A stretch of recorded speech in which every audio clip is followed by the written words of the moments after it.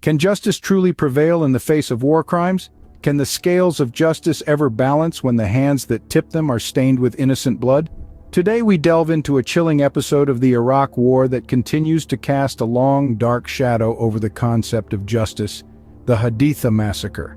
On November 19, 2005, the peaceful humdrum of Haditha, a city in Iraq, was shattered by a horrifying massacre that claimed the lives of 24 unarmed civilians. Men, women, the elderly, and children as young as 1 year old fell victim to a brutal attack. The man at the center of this tragedy was former Marine Corps Staff Sergeant Frank D. Wuterich, serving his second tour of duty in Iraq. The massacre was triggered by an improvised explosive device attack. Wuterich initially claimed 15 civilians perished in the explosion.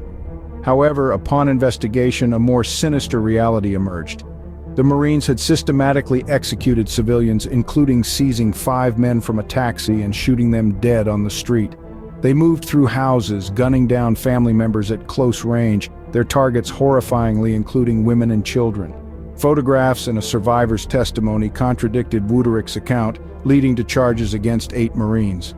Wuterich faced 13 counts of unpremeditated murder, but in an unexpected twist, he pleaded guilty to negligent dereliction of duty.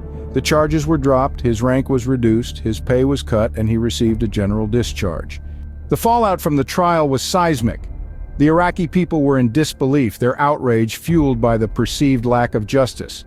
Concerns about accountability, justice, and military conduct were raised, and the Naval Criminal Investigative Service came under heavy criticism. The Haditha massacre was compared to historical war crimes, such as the My Lai massacre, prompting reflection on the implications of military actions in Iraq and Afghanistan. The tragedy of Haditha is a stark reminder of the human cost of armed conflict. It forces us to question the effectiveness of our justice systems in holding those responsible for war crimes accountable. The fact that Wuterich now works as a senior consultant at Microsoft further highlights these concerns. Despite the quest for justice and closure, the Haditha massacre continues to be a painful chapter in the history of the Iraq War.